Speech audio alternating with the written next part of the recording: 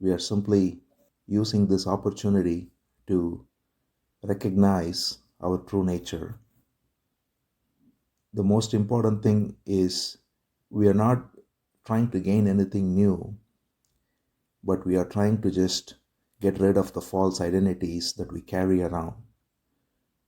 The way we operate through the week, through the day, normally, whether at work or family or wherever we are interacting, friends, we have people always reminding us of the individual nature of our being. Everyone is caught in this notion of individuality, and therefore, that's what they also reinforce. All these ideas of ascribing doership and assigning credit and assigning blame and all the other societal conditioning that operates is what we are faced with normally. So, what satsang provides is the opportunity, or any such, it's not just meeting here, but even when we are sitting in silent meditation, that is satsang, or when we are reading a book about this, contemplating on this, which is technically called mananam, which is also another form of satsang, or when we are engaged in a devotional chant. In any of these activities, we are freed of this idea of individuality. We are instead naturally reminded of our existence as undivided and pure. Normally, the conditioning of people around us always has an impact on us. It is very important, therefore, of course, to carry this into our day-to-day interactions with others.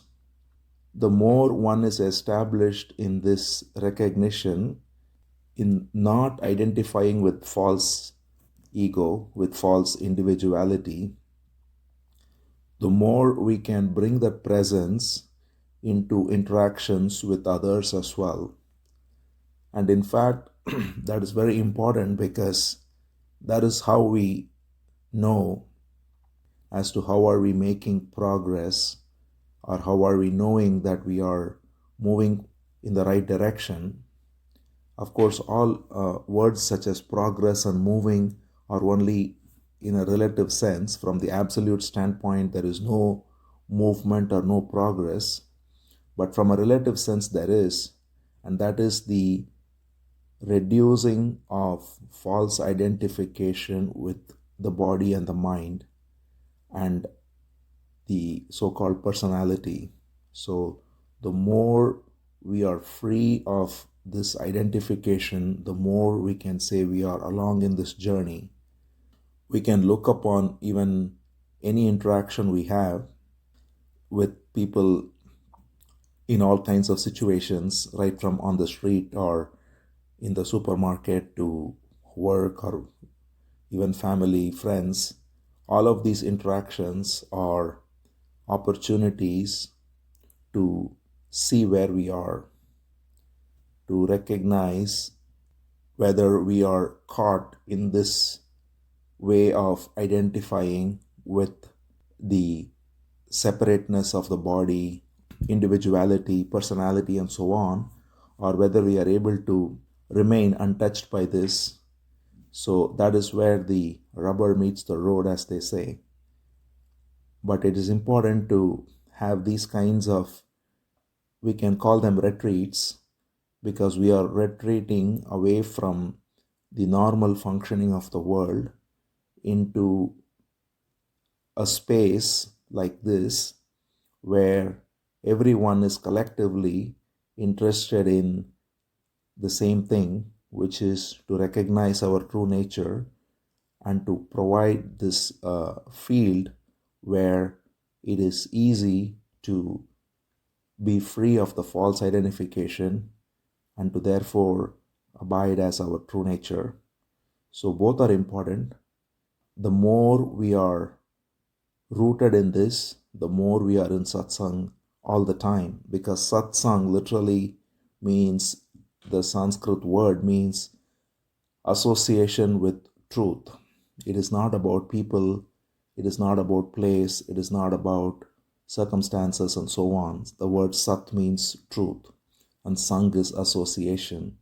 So, as long as we are associated with truth, we are in satsang, and that can continue 24 by 7, ideally. But we are also always having these opportunities to deepen our sense of beingness and being completely free of false identification with ideas, concepts, with our desires, fears, and all the rest. And the more we are free of this, the more we can interact with people who are unconscious, that is to say, people who are caught in their personal identity, in their sense of separateness, and not be affected by it, but instead, if anything, able to give them a fragrance of their own true nature. If we are able to hold this space, then everyone, even not just humans but animals, we can clearly see that with babies, for example, and with animals, they respond in a very different way because they are more in tune with what energy is there in a given situation. But even with humans who are caught in, adults, that is to say, who are caught in ego, if we are able to remain without any reaction, if we are able to hold that space, then that space of presence, of love, is something that everyone responds to. At least they see that there is something different there. The most practical way for this is to not react to situations. The normal tendency of all of us, everyone, is to react to circumstances, react to words, react to gestures, react to actions, and so on. And these reactions are unconscious in that they are coming from the programming of the ego, and it immediately reacts based on what it perceives as what's in it for me, whether it's good or bad, and all the rest.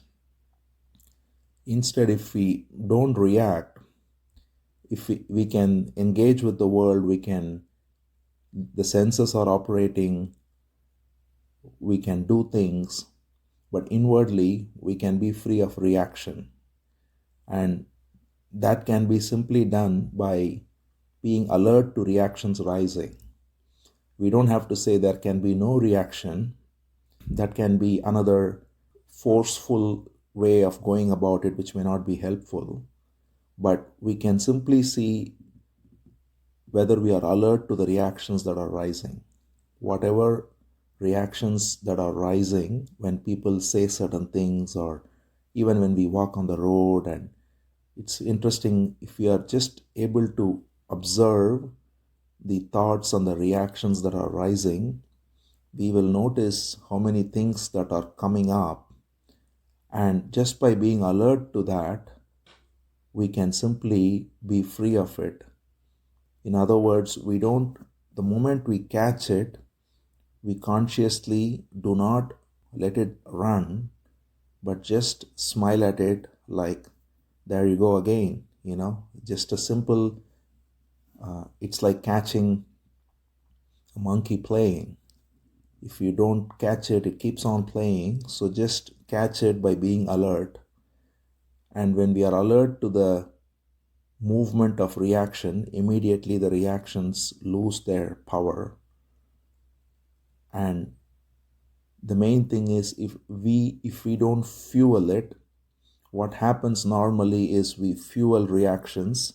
A reaction rises from within, let's say, and then a division is created between the thought and the thinker, and the thinker gets very interested in the thought.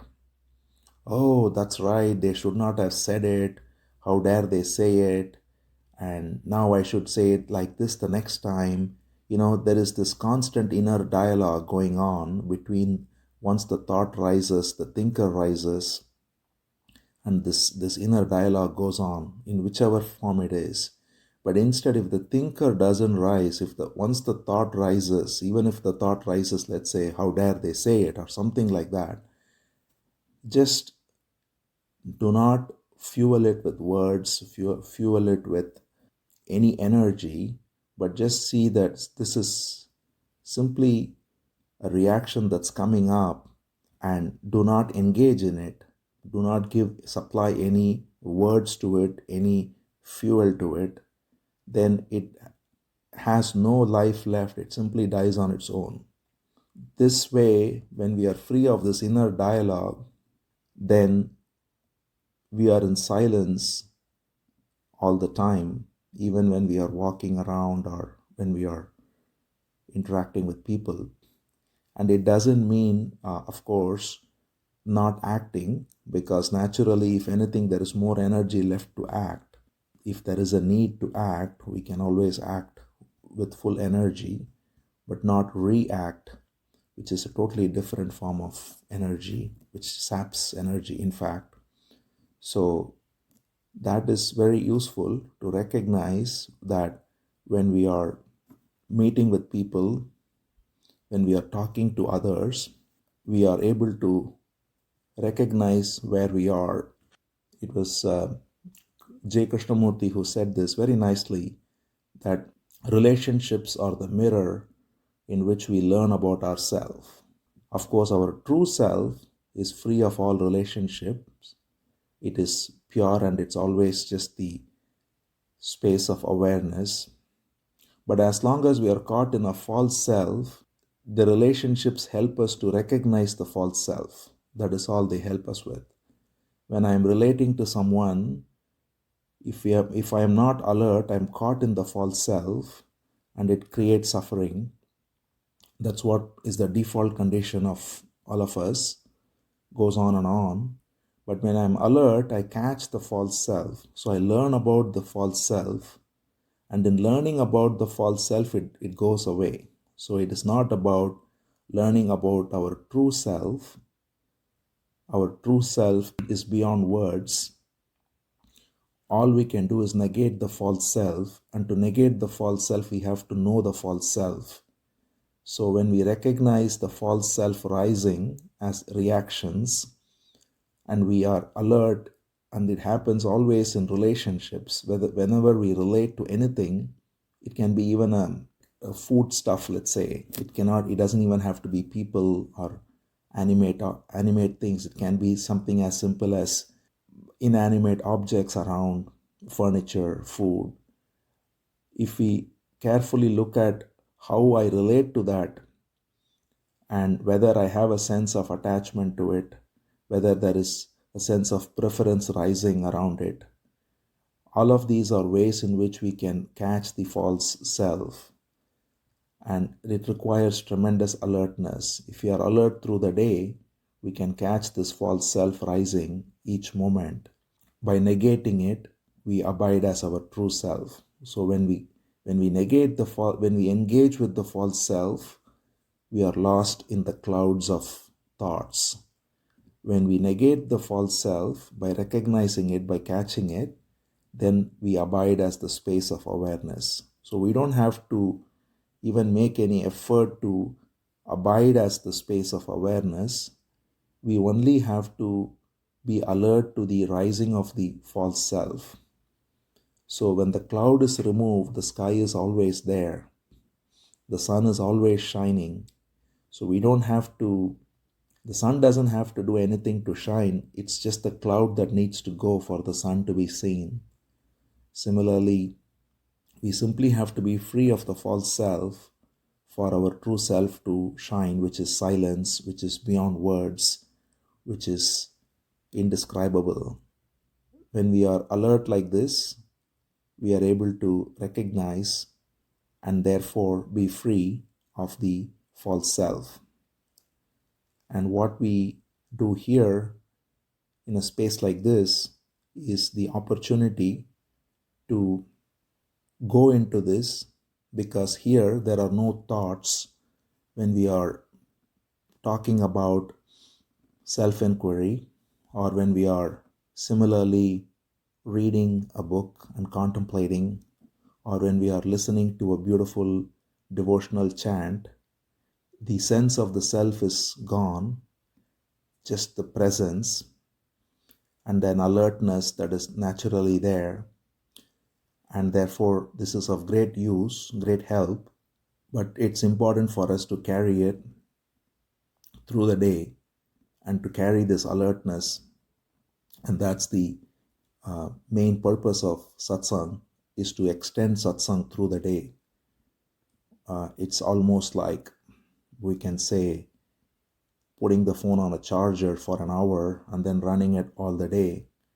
So this is like being on charger, but the phone has to be going all day.